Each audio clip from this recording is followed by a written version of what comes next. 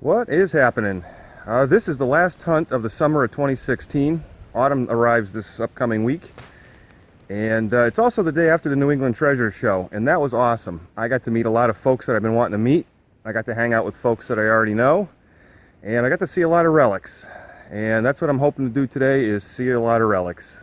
This is a cellar hole that Dan and I were supposed to hit today together. But he had to pass due to family obligations, so he said, go knock yourself out. So I'm going to spend a couple hours here, not a ton of time. Let's get this video started. Let's see if I find anything.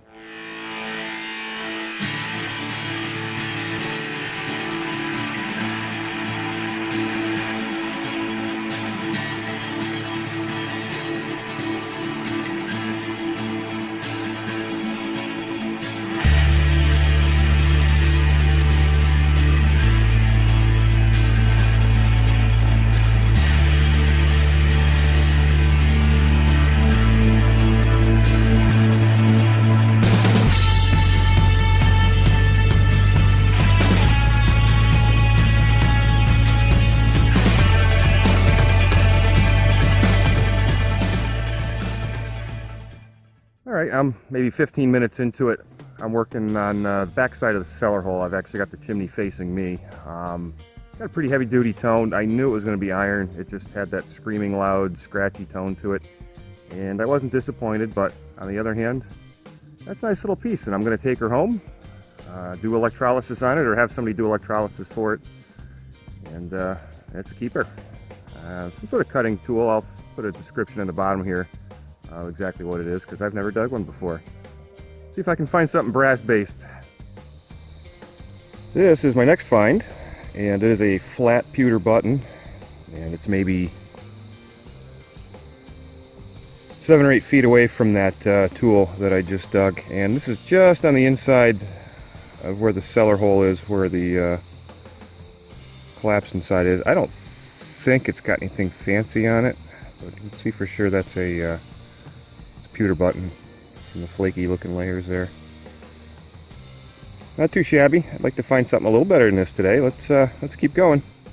Just a few feet away from that flat pewter button I dug, I just got the back side of a two-piece button, and it was sitting on its side, so it was sounding like trash one direction and giving me about 24 numbers on the MXT the other direction. So I cleared some junk out of the way. Came right in. I gotta go after, see if I can find the rest of it. Confusing the poor phone on which way to focus. Stay tuned. Alright, I am still working just inside the lip of the cellar hole here where it started to collapse in, and that's where I just got the pewter button. I just got that button back somewhere right there. And now the MXT is giving me a nice tone over here, upper 70s. Hopefully I can catch it without some glare here.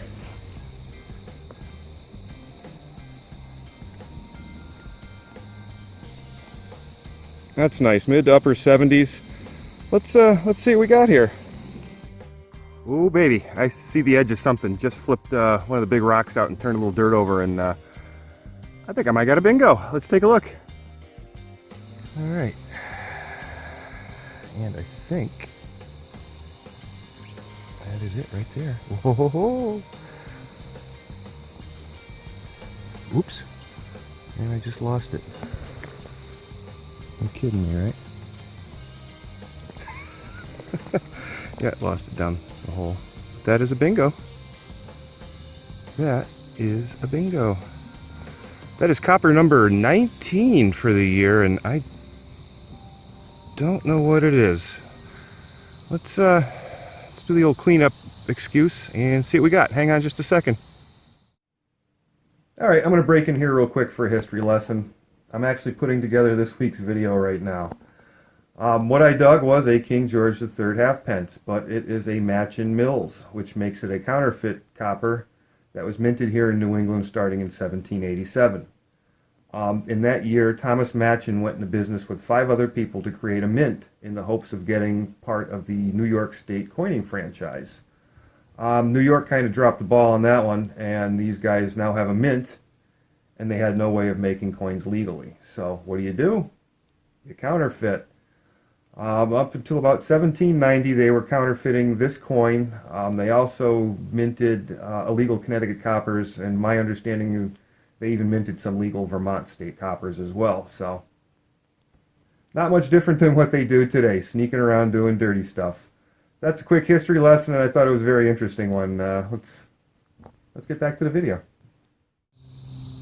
All right, I got her cleaned up a little bit, and I think I'm looking at a King George III halfpenny.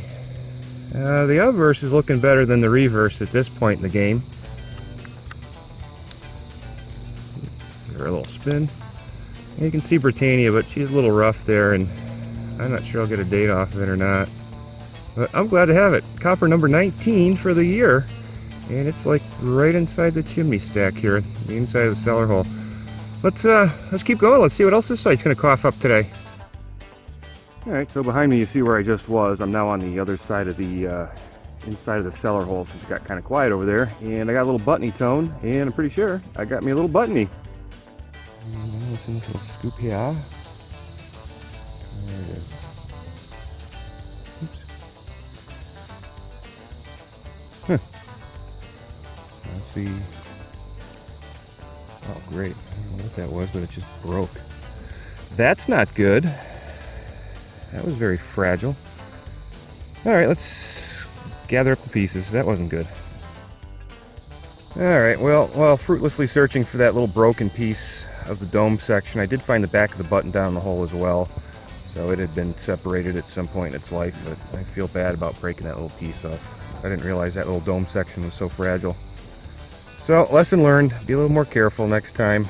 At least I got most of it out. See, I finally started to wander away from the cellar hole a bit. It quieted down a bunch out there, and I started working this flatter area around it. And I've got a couple shotgun shells and some little chunks of iron that sound pretty good, because I'm not going to pass those up just in case. I got a buttony tone on this one, and I think I was rewarded with a buttony again. And there it is right there. It's got a nice little color to it. Oh, that's pretty. That's an octagon shaped something or other, and I think it's got some fancy on it. Let me see if I can do something with this. Hang on a second. Alright, there it is, cleaned up a little bit. I think I've got it facing the right direction. It's half a cuff link, obviously, from the octagon shape, and the shank on the back tells me the same. I can't tell if that's a fish. That's a very cool cufflink. It's bigger than anything I've ever dug, and you saw it just a second ago when I was picking it up. It's a nice large half a cufflink. Very cool. I think that's a fish. If not, it's a dolphin. I have no idea. Very cool. Alrighty then, I am out of here. I only had a couple hours to hunt today, and that's it. But I will take that King George III, that beautiful cuff button. That's nice. I like that design on there. A few other interesting buttons, and that garden tool, whatever it is, I will identify. That's it. We'll see you guys in a couple weeks with something else. Good luck and happy hunting.